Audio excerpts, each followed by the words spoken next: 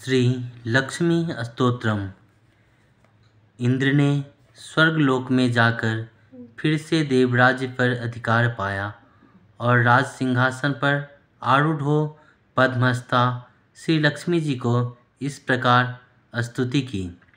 इंद्र बोले, संपूर्ण लोकों की जननी, विकसित कमल के सदृश नेत्रों वाली भगवान विष्णु के वक्ष स्थल में विराजमान कमलोद्भवा श्री लक्ष्मी देवी को मैं नमस्कार करती हूँ। कमल ही जिनका निवास स्थान है, कमल ही जिनके कर कमलों में सुशोभित है तथा कमल दल के समान ही जिनके नेत्र हैं, उन कमलामुखी कमल नाभिप्रिय श्री कमला देवी को मैं वंदना करता हूँ। हे देवी, तुम सिद्ध हो, स्वधा हो, स्वाहा हो, स्वधा हो और त्रिलोकों की पवित्र करने वाली हो तथा तुम ही संध्या, रात्रि तथा विभूति, मेघा, श्रद्धा और सरस्वती हो।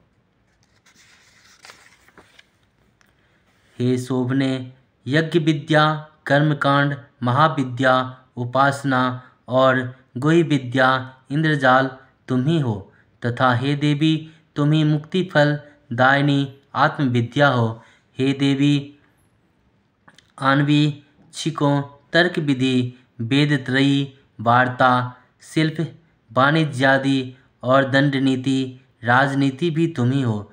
तुम ही ने अपने शांत और उग्र रूप से इस समस्त संसार को व्याप्त रखा है। हे देवी, तुम्हारे बिना ऐसी कौन स्त्री है जो देव भगवान गदाधर के योगी जन चिंतित सर्वयज्ञमय शरीर का आश्रय पा सके। हे देवी, तुम्हारे छोड़ देने पर संपूर्ण त्रिलोक की नष्ट प्राय हो गई थी, अब तुम्ही ने उसे पुनः जीवन दान दिया है।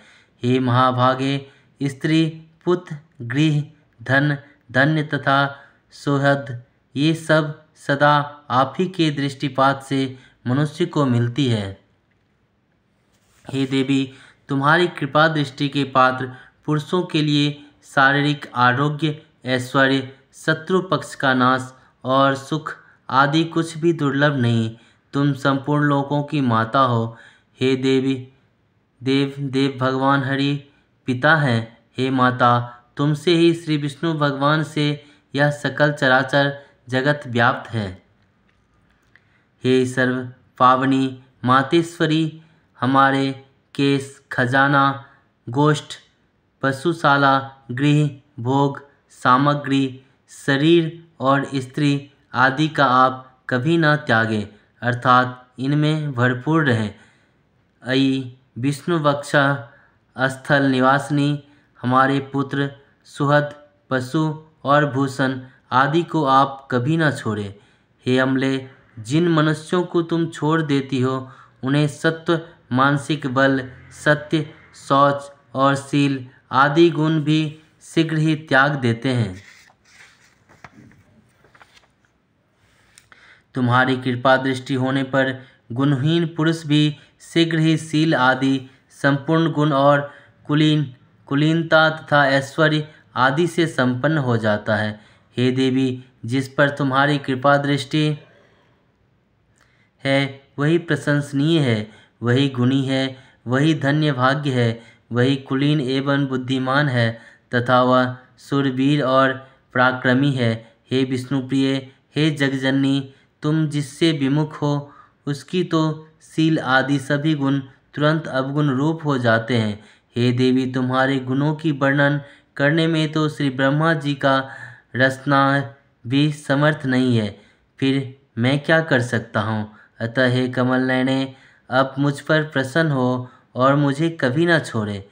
श्री परसार जी बोले, हे द्विज, इस प्रकार सम्यक स्तुति किए जाने पर सर्वभूत स्थित श्री लक्ष्मी जी सब देवताओं की सुनते हुए इंद्र से इस प्रकार बोली।